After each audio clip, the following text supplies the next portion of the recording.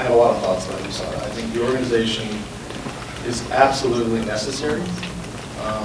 I think they're probably one of the most ineffective and inefficient organizations in the world for the amount of money. And I'm not criticizing, it just is what it is. I'm not criticizing Travis or the organization. But if you consider a budget of 10 or 15 or $20 million a year, and then you lay that over the testing results, which come back at 0.2%, like 0.7%, come back as positive. We know that that's not a realistic number. I don't know what the number is, whether it's 10 or 20 or 50, I don't know. That tells you that that system is broken too. It's probably the reason that Travis and USADA needed something. They needed the case. They needed the story. And again, I was that story. I was that case. It is what it is. We're here.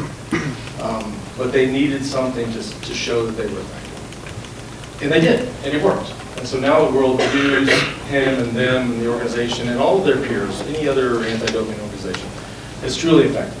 But they're really not. But I don't have the answer to that, and I'm not saying I do, and I'm not criticizing them that they don't. It just is what it is. But I suspect that to take to take this case and this example and bring it out, and plenty of people would say, well, we had to bring this out. We had to do this. But to go back 10, 15 years to bring a marquee case was, I don't know. I don't know how anybody in this room would feel. I don't know how John Elwood would feel if they went back and stripped him of his '99 Super Bowl title. You might think that was crazy, wouldn't you? That's exactly what happened.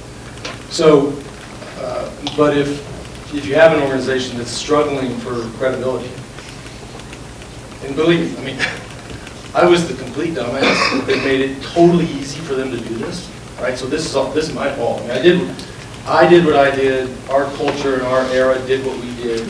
I took it so much farther, and that's really the lesson for me in all this. I mean, to go back 20 years ago and question what a 25-year-old kid did in Europe when you showed up for a gunfight or a knife fight and everybody had guns, like, it was gnarly. But then once this ball started rolling and the success started, this wave started to get created, I was way too aggressive as a person. And so that's what enabled them to say, all right, this guy is way out over his skis, and we're going to make an example out of him. And that's what they did. And so that's kind of the way I view it. I don't know that answers the question. But that was my view from my seat.